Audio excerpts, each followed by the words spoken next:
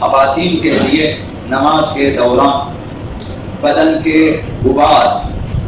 جسم کی ابری ہوئی نمایاں جگہیں، انہیں نامحرموں کی نگاہوں سے چھپانا واجب ہے۔ اگر نہ چھپائے تو گناہ کیا ہے لیکن نماز صحیح ہے۔ مثلا خواتین نے جو ہے تنگ لباس پہن رکھی ہے، تنگ لباس ہے کہ جسم کے بعض حصے جو ہیں لباس کے اندر ہونے کے باوجود بھی نمایاں ہے اور جلب توجہ ہو سکتی ہے نامحرم کی۔ یہ صورتحال ہے کہ نامحرموں کی توجہ جلب ہوتی ہو تو انہیں چھپانا واجب ہے۔ کوئی ایسی چادر پہننے کی جسم کے غبار نظر نہ آ جائیں، نمایاں نہ ہو جائیں، مثلا حج کے مواقع، عمرے کے مواقع، زیارت کے مواقع جہاں دنیا بھر کے لوگ مثلا موجود ہیں، تو یا ایسی عمومی جگہوں پہ جہاں خواتین نماز پڑھ رہی ہے، نامحرم بھی ہے اور ان کی توجہ جلب ہو سکتی ہے، تو انہیں تنگ لباس نہیں پہننا چاہیے۔ ایسی خواتین جنہوں نے چہرے پہ میک اپ کیا ہے، چہرے پہ میک اپ ہے، انہوں نے بناؤ سنگار کیا ہوا ہے اور زیورات بھی لگا رکھی ہے، زیورات ہے ان کے چہرے پہ، جسم پہ، اور کوئی نامحرم نہیں دیکھ رہا، گھر کے اندر ہے، زیورات بھی ہے، میک اپ بھی ہے، تو نماز کے دوران ان زیورات کا اور میک اپ شدہ جگہوں کا چھپانا واجب نہیں ہے۔ میک اپ کے ساتھ، زیورات کے ساتھ نماز پڑھیں اپنے گھر میں جب نامحرم نہ دیکھ رہا ہو، لیکن وہ شرعی پردہ ہونا چاہیے، شرعی پردہ، باقی چہرے کا چھپانا واجب نہیں ہے اگرچہ میک اپ کیا ہوا ہے۔ اگر نامحرم دیکھ رہا ہو تو عمومی حکم یہی ہے کہ زینت شدہ جگہیں خواتین کی جن پر انہوں نے زینت کی ہے،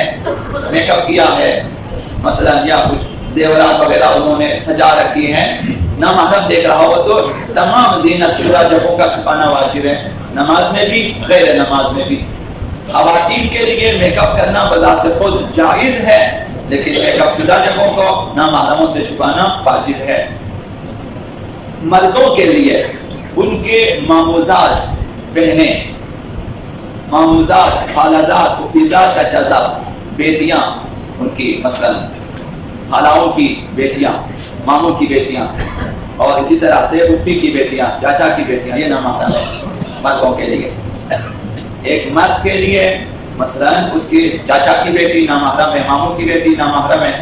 خالہ کی بیٹی، پھوپھی کی بیٹی نامحرم ہے، تو ان سے پردہ واجب ہے، اور لہذا دوسری نامحرم خواتین کی طرح ہے کہ ان کے بالوں اور جسم کے دیگر حصوں کا دیکھنا حرام ہے، چاہے ایک ہی گھر میں کیوں نہ رہتے ہو۔ تو عموماً جہاں پہ مشترکہ خاندان ہے وہاں اس گناہ میں عمومی طور پر لوگ مبتلا ہیں۔ جہاں 2-3 بھائی ساتھ رہتے ہیں، شادی شدہ ہیں، ساتھ رہتے ہیں، اولاد بھی ہیں، تو اب ان کے بیٹوں بیٹیوں کے لیے جو ہے ایک دوسرے کی طرف دیکھنا ٹھیک نہیں ہے، جسم کے جو حصے نامحرم چھپانا ان کے لیے چھپانا واجب ہے۔ تو وہاں اسی طرح سے بھائیوں کے لیے مثلا باریوں کی طرف دیکھنا، اس گناہ سے بچنا چاہیے۔ تو یہ جو رسم ہمارے ہاں چلا ہے کہ جب تک ہم لوگ ایک ساتھ رہیں گے ہم لوگ جدا نہیں ہو سکتے، یہ غلط باتیں ہیں۔ شادی کر کے الگ ہونا چاہیے، باپوں کو چاہیے کہ بیٹوں کے گھر الگ کر دیں، شادی سے پہلے تیار کریں، یہ گھر یہ تمہاری بیوی، خود کمائیں خود کھائیں۔